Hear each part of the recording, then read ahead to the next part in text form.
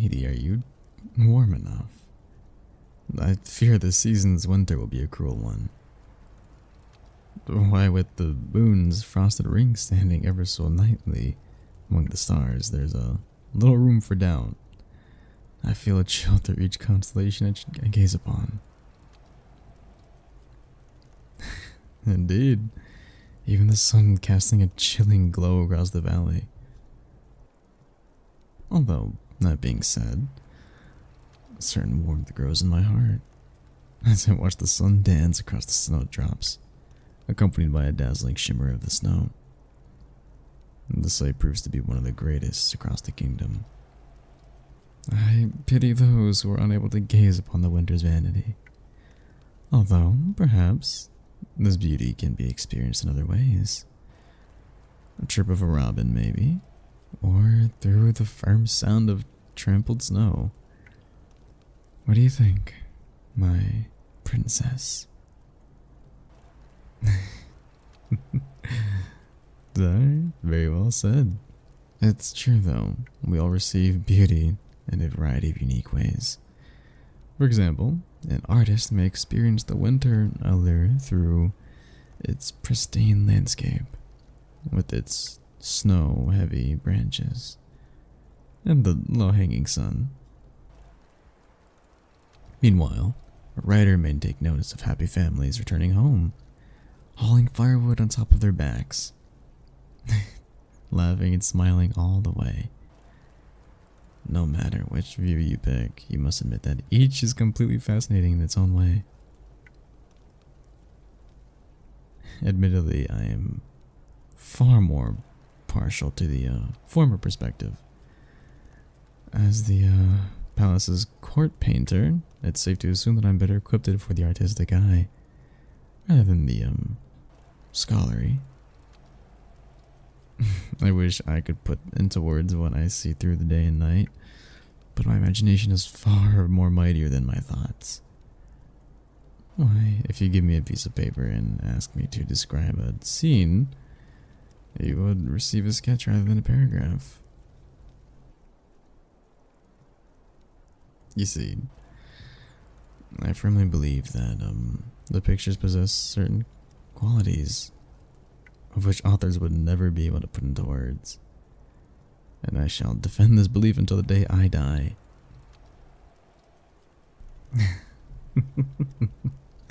Book paintings tell stories, they preserve memories, and they bring clarity to the moment that hangs blurry within the mind's eye. They're magical, truly. Oh, and that reminds me, if it'll be fine with you, my lady, may I steal you away for another painting this evening? You see, with the arrival of winter, I believe it would be fitting to paint for you a lovely snow portrait. It's a must.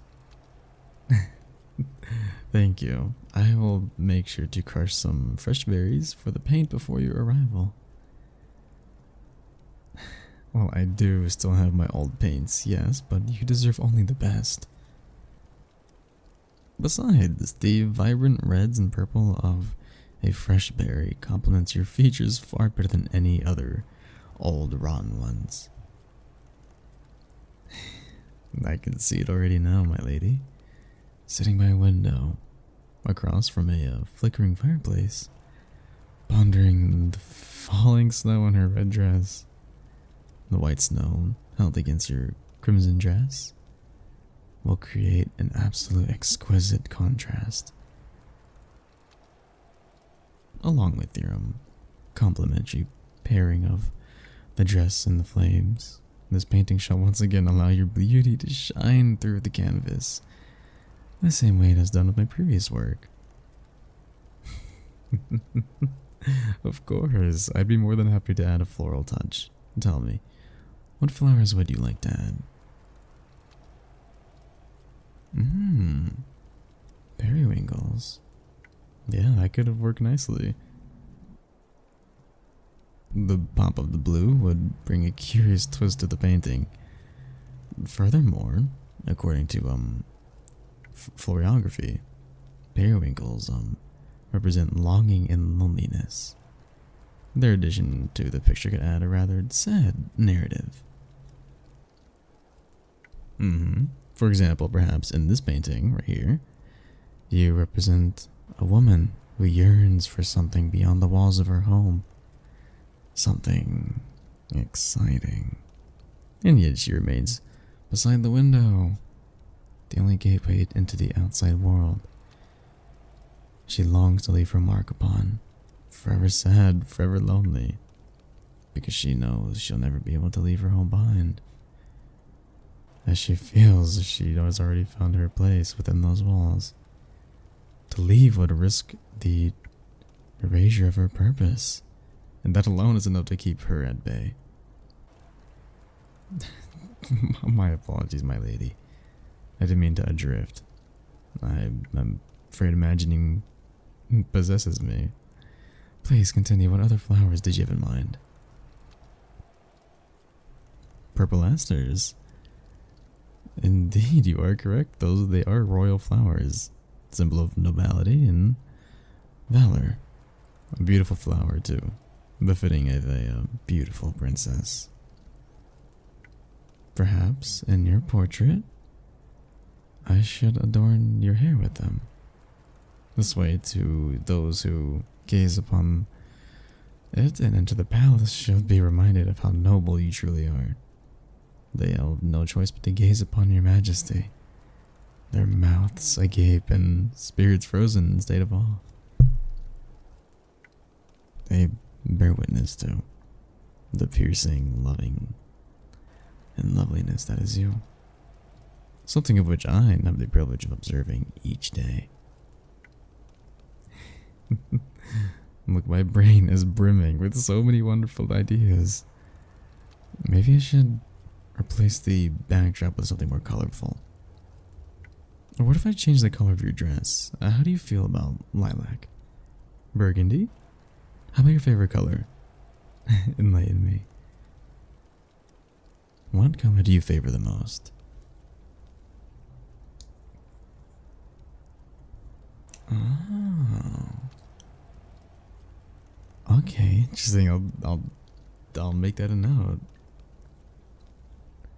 My lady, your portrait will be the most charming thing in this winter season. You can place your full faith in me, forever and always. Why would you look at that? It's snowing. Be sure to hold your furs close, too, as I will mine. Let us retrace our steps towards the palace, shall we? We wouldn't want to catch a cold now, would we? Well, once we arrive, though, I'll personally see to it that the fireplace is lit and ablaze. I'll also alert the cooks and tell them to prepare some food for you. I know I'm merely your painter, but this doesn't mean I don't care for you. After all, you're my muse, and the apple of my artistic eye. And I dare I say the prettiest woman to ever grace this valley. You deserve only the best. I have never met another lady quite like you, Your Majesty. My apologies, I didn't mean to fluster you. I know that stating such things is enough to send me to the gallows. Although frankly I wouldn't mind. At the end of the day, I am merely staring at what is undeniably true. And if I am executed for this, then I shall die the happiest man. I'd rather cease my entire existence than lie about your magnificence. I assure you that I mean every word, princess. Although if you wish for me to cease my chatter, I will do so without hesitation. Oh, you like it when I praise you. In that case, may I continue? To me, you are the mistletoe that hangs above each door. A symbol of love, a master of community, and a lone peacemaker in the world of conflict. Your stance replicates that of yours royal ancestors, standing proud over your kingdom, with ambition's glint in your curious eyes, The way your hands flutter around your body as you speak is enough to crumble my pride with any knight who kneels before you. Accompanied by your flowers, budded lips, and which speak both integrity and kindness. Your entire being would be enough to turn a soldier into a servant, a man into your devout acolyte. My lady, you are the sun, and me a pagan of good times. It is my duty, as your painter, to capture your essence. Within each brushstroke I guide, your soul will glow fearlessly like a sunlight through the panes, and I shall kneel before it in awe. Your painting is a shrine to your divinity, and I am your ardent apostle. What else? Well, I believe that your spirit lies within everything. Aside from my pains, I can feel your spirit within the sailor's morning song. I can also feel within the tingle of my frostbitten cheeks. You are omnipresent, existing everywhere all at once. And hey, princess, you're so close. I've never seen you so close before. Not like this. Yes, I know I've painted you numerous portraits, but there is a distance between us. That has unspoken distance between a royal and their lesser. We were separated by the wall of my canvas, but now you're beautiful. Goodness, I'm losing myself in your eyes. Those eyes that look at me with so much love. I've forgotten how to breathe. No, please. Don't look away. Don't make me suffer like this. Please allow me to take all of you in. I fear I will never have another opportunity.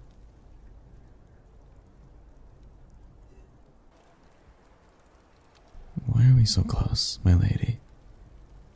What inclined you to approach me so? Your eyes shouldn't look upon me for too long. A mere sight of me will blind you. No. As your painter, I should be the only one to look upon you, to admire you. There should never be a reason for you to look at me. Not ever. Oh. Your hands. They're holding mine. Your fingertips. They're so warm. I've lost all ability to think. Please, princess, what if the guards find us? They'd have my head on a platter. Yes, I suppose I did say that. But if I am to be executed, I shall die the happiest man, but I worry for you, your reputation. What would the people of this kingdom think if they caught the wind of their leader getting, yes, intimate?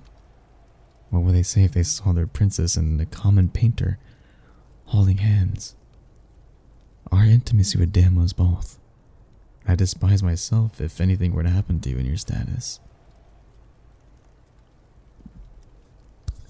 Don't let me be the reason why you fall from grace, okay? There's nothing I'd hate more.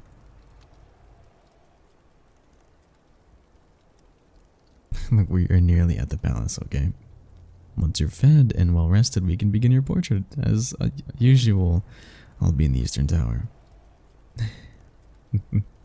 I'll prepare the backdrop for your painting. In the meantime, as you make your way up, then we shall...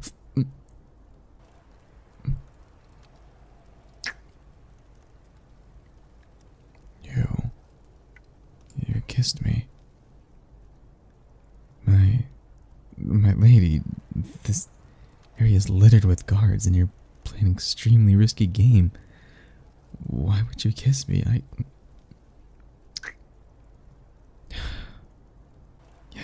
Yes, goodness, yes. Of course I liked it. I feel as though you've devoured my soul with a single kiss. I feel joyous, relaxed, tense, and I feel... I don't know. I don't know where to begin. How am I supposed to feel when the human embodiment of the sun lays their kiss upon my cheek and my lips? I feel flushed. Although I beg of you, please restrain yourself. My heart will burst from love and worry if you continue. And correct me if I'm wrong, but the Prince of the Southern Kingdom has arranged a date with you. He's supposed to be escorting you to the winter ball, my lady. I can only imagine what his reaction would be if he saw us. Now for you. Thank you. Look, I understand it isn't my place to order you around. Though I hope you can forgive me for my forwardness. This will be much better for both of us, okay? Though I do wish we could continue. Yes, I'll be in my tower once you're ready. Don't worry about knocking, okay? Once you arrive, you can come in and take a seat on the chair. I'll set up my easel as you do. For now, go rest. Warm yourself up in your chambers, and I'll light up the fireplace before you. Making my way towards the kitchen. Yeah, I will. I'll instruct the cooks to prepare some food for you along with some hot tea.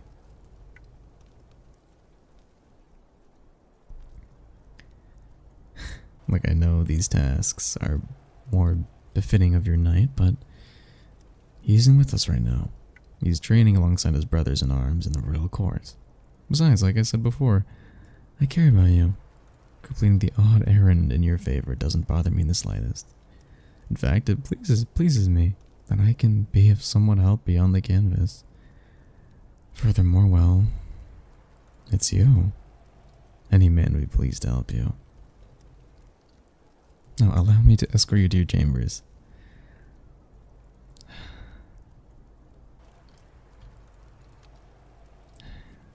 This corridor seems rather quiet.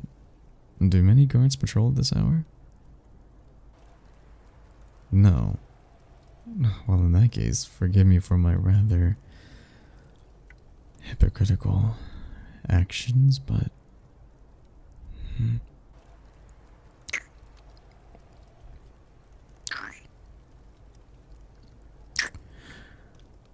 This can be our secret. And if the prince or your knight catches us, then I shall be executed with the utmost pleasure. I'll take any blame they throw at us.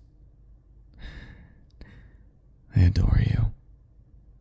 Come rain or shine or snow, you will always be my lady, my muse, my forever and always.